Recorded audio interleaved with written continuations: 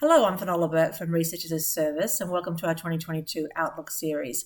In this session, we're focusing on Transaction Services Group, Cirralto, ticker ASX ticker CRO, and it also trades as Spenda. And with us, joining us is Managing Director Adrian Floate and my colleague Scott Maddock. Welcome to you both.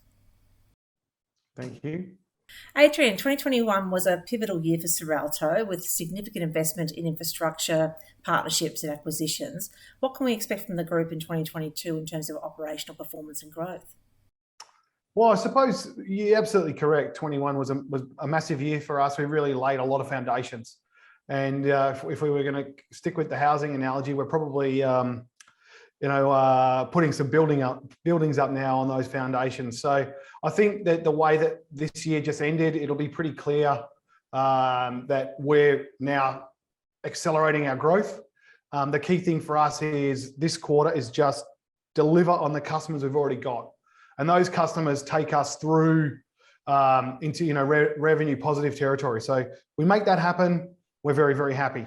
And then the rest starts to become academic. We will have sort of gone through that growing pain stage of absorbing the businesses that we've acquired and turned ourselves into that single team, single mission structure that we want to be. And I suppose as the year plays out, what we believe will happen is continued accelerated growth, but probably more importantly, we're really starting to look at ourselves and say, well, this product is a great fit for these overseas markets, and Asia's just knocking on the doorstep, and we've obviously got both manpower and corporate structure there now to really take that next step.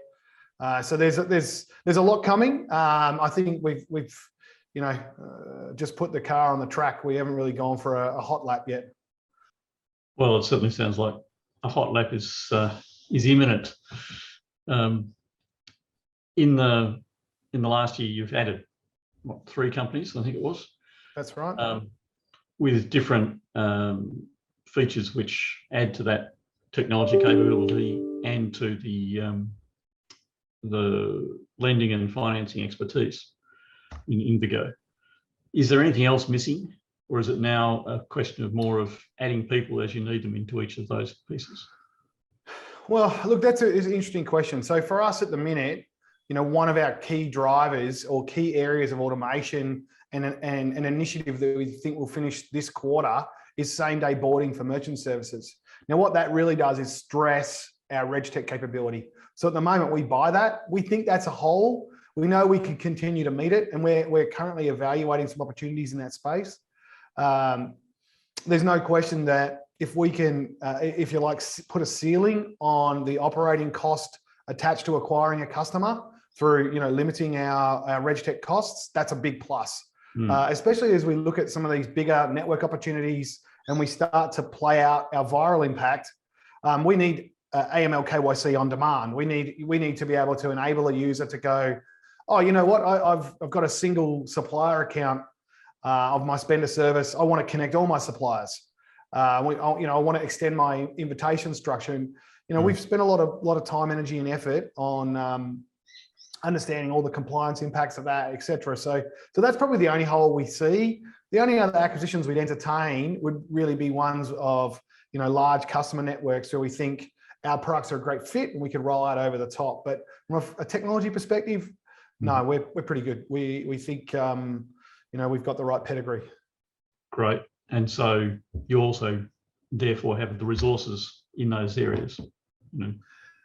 Absolutely. I think with respect to the team itself, whilst there'll be some growth in our tech team, we would expect our core operating costs are fundamentally stable now. And if we're adding new resources, there'll be resources for inside sales, or if you like, customer success, boarding support, helping out, the adoption programs. So they're very much revenue driven resources. But at the moment, we're pretty happy with the complement. And so, given as you implied earlier, a pretty strong outlook for the current quarter, you are seeing significant revenue growth in 2022 versus December quarter September quarter? Yeah, look, I think people will stop worrying about our quarterly numbers. If we roll forward to this time next year, I don't think I think that'll cease to be the question. I think a different kind of pressure will come on. I think it'll start to be, well, how do they keep doing this? How do they keep growing, and so on and so forth. And obviously, don't get me wrong, I love Australia, but it is only so big. So for us to continue to accelerate, it's unlikely that it will come domestically, I believe. At least, if we look forwards to like 24 as a year, we would expect Australia to be, a much smaller percentage of revenue contribution. Okay. And do you have an idea now which markets you will target first? Yeah, so looking at Asia, I mean, Singapore as a base, there's definitely great opportunities. Our ARAP product, payments, remittance, and lending are all a really good fit there. So small business lending is a huge area. Equally, the e-commerce and merchant service bundle with retail is a massive market opportunity. If we even just look at India on its own, and then so I guess in Asia, that's probably where we're looking at the minute. We've got some great agri deals that kind of lend ourselves to that export run. And I've alluded to that previously. If we can use customers like James Tyler to establish services abroad, we will continue to do that. And obviously Australian produce is a great way to do that. Yep. But moreover, I guess traditional markets, the US, the UK, are very attractive. Again, we think from a breadth of solution capability, if we can lock in and leverage, say, ERP and systems integrator partnerships developed here and extend them abroad, they'll be our fastest route to market for those that node spoke model as we seek to grow. But we're true to our knitting. B2B is what it's all about, and we'll continue to play in that space. And in Australia, there's clearly a reasonably well-developed B2B market in trade and payments. Absolutely. So going to a bigger market with hopefully less development does make sense. There's no question. Yeah. Look, the great thing about the AR/AP stuff is you eliminate tax as a challenge. And that's a really key thing. So if you look at controlling sales tempo, you have to consider tax. And obviously the UK or the EU in and of itself is more attractive than the US. But there's ways to solve for that. But if we look at payment and lending, tax is not a consideration. Our integration services can deliver functional capabilities without needing to concern themselves with tax because the transaction's already done. So, that we think is a great way to enter the market and then fan out with other capabilities. Okay. Has COVID impacted merchant volumes at all in your experience? Oh, look, definitely. I mean, if you have whole segments of the market stop trading, it's very hard for businesses to obviously deliver turnover, and the business is driven off turnover. But for us, focusing on the distribution end, we have seen online take over and dominate. At the end of the day, we still need our products and our services. So,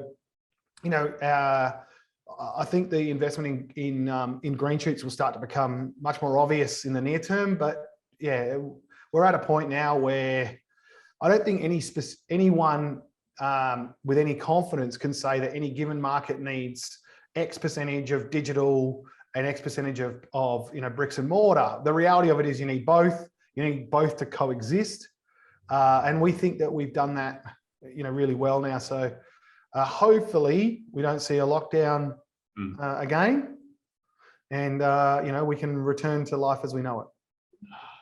Something to hope for sure. Absolutely. Finally, in order to make these expansions happen on time, you were looking to set up a debt warehouse. Has there been any progress on that? Yeah, look, we've done a lot of work on the debt warehouse. The reality of that has been, right now we're still finalising the compliance piece. Got a very clear roadmap. We expect to be making announcements very clearly to the market on how that will come on stream. And ultimately what we're really doing is taking what we're doing right now and putting it on steroids.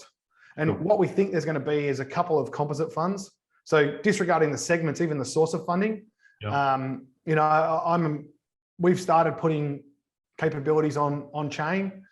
We think that there's great opportunities in DeFi, and we think there's great opportunities in DeFi cross-border. and some of those, those Have you if you chosen? like, boards have been. Sorry.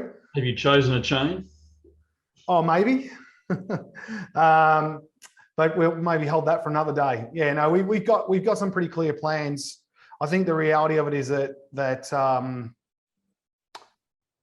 looking at how traditional payments and traditional lending blend in with DeFi and on-chain technologies is, no one's got a crystal ball, but we think we've developed a reasonable strategy that we're starting to sort of progress now from, we'll say, scratching the surface to, okay, guys, let's move into this more aggressively. Well, that'll be very interesting to see in the coming 12 months. Absolutely. Well, Adrian, we're looking forward to checking back in with you over the course of 2022 to see how Cirralto is progressing. Thanks for your time today. And thank you so much, guys. Much appreciated.